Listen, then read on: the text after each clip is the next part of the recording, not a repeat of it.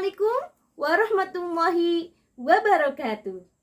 Selamat pagi, selamat berjumpa dengan saya Sri Maspuroh dari Institut Agama Islam Darussalam Ciamis. Pada kesempatan kali ini, saya akan membahas tentang komunikasi. Nah, apa sih komunikasi itu? Kata komunikasi secara etimologis berasal dari bahasa Latin communicatus yang bersumber pada kata komunis. Menurut Robin J.K. mengatakan bahwa komunikasi adalah kegiatan perilaku atau kegiatan penyampaian pesan atau informasi tentang pikiran ataupun perasaan. Nah, jadi komunikasi adalah suatu proses penyampaian informasi, pesan, ide, ataupun gagasan dari satu pihak kepada pihak yang lain. Kemudian ada tujuan komunikasi. Yang pertama, menemukan. Ialah menyangkut penemuan diri atau personal discovery. Yang kedua yaitu untuk berhubungan dengan orang lain. Yang ketiga, untuk meyakinkan. Kemudian yang keempat, untuk bermain. Komunikasi sendiri mempunyai beberapa fungsi. Yang pertama yaitu sebagai kendali. Komunikasi bertindak untuk mengendalikan perilaku anggota dalam beberapa cara. Setiap organisasi mempunyai wewenang dan garis panduan formal yang harus dipatuhi oleh beberapa karyawan. Yang kedua yaitu sebagai motivasi. Komunikasi membantu perkembangan motivasi dengan menjelaskan apa yang dilakukan dan bagaimana mereka bekerja baik. Yang ketiga, pengungkapan emosional. Komunikasi menyiarkan ungkapan emosional dari perasaan dan pemenuhan kebutuhan sosial.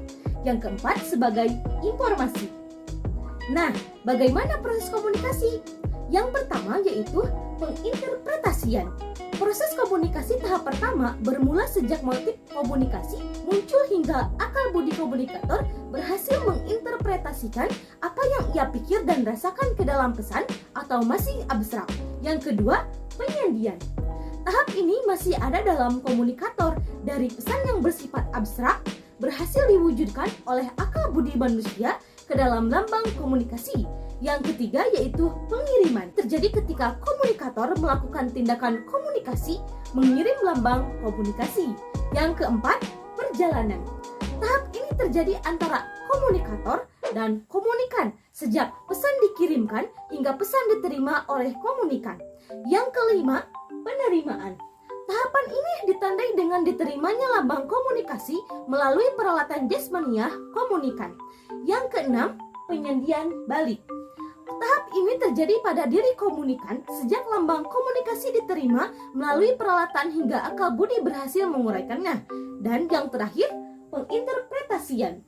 Tahap ini terjadi pada komunikan sejak lambang komunikasi berhasil diuraikan dalam bentuk pesan.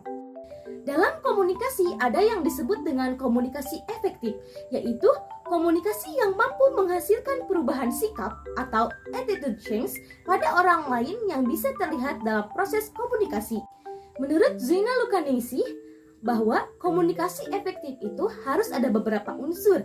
Yang pertama, discriminating. Yang kedua, affective listening. Yang ketiga ada gaya komunikasi. Dalam komunikasi ada beberapa hambatan. Yang pertama, hambatan dari pengirim pesan. Yang kedua, hambatan dalam penyandian atau simbol. Yang ketiga ada hambatan media. Yang keempat ada hambatan dalam bahasa sandi. Yang kelima, hambatan dari penerima pesan. Dan yang keenam ada hambatan dalam memberikan balikan. Dalam perspektif Islam, komunikasi sudah dijelaskan dalam Quran Surat Al-Baqarah ayat 83 yang artinya, "Dan berkatalah kamu kepada semua manusia dengan cara yang baik." Komunikasi dalam Islam dapat ditemukan setidaknya ada 6 jenis gaya pembicaraan. Pertama, qaulan sadida. Yang kedua, qaulan baligo. Yang ketiga, qaulan ma'rufa. Yang keempat, ada qaulan karimah. Yang kelima ada qaulan layyina, dan yang terakhir qaulan maisura. Mungkin sekian pemaparan dari saya. Wassalamualaikum warahmatullahi wabarakatuh.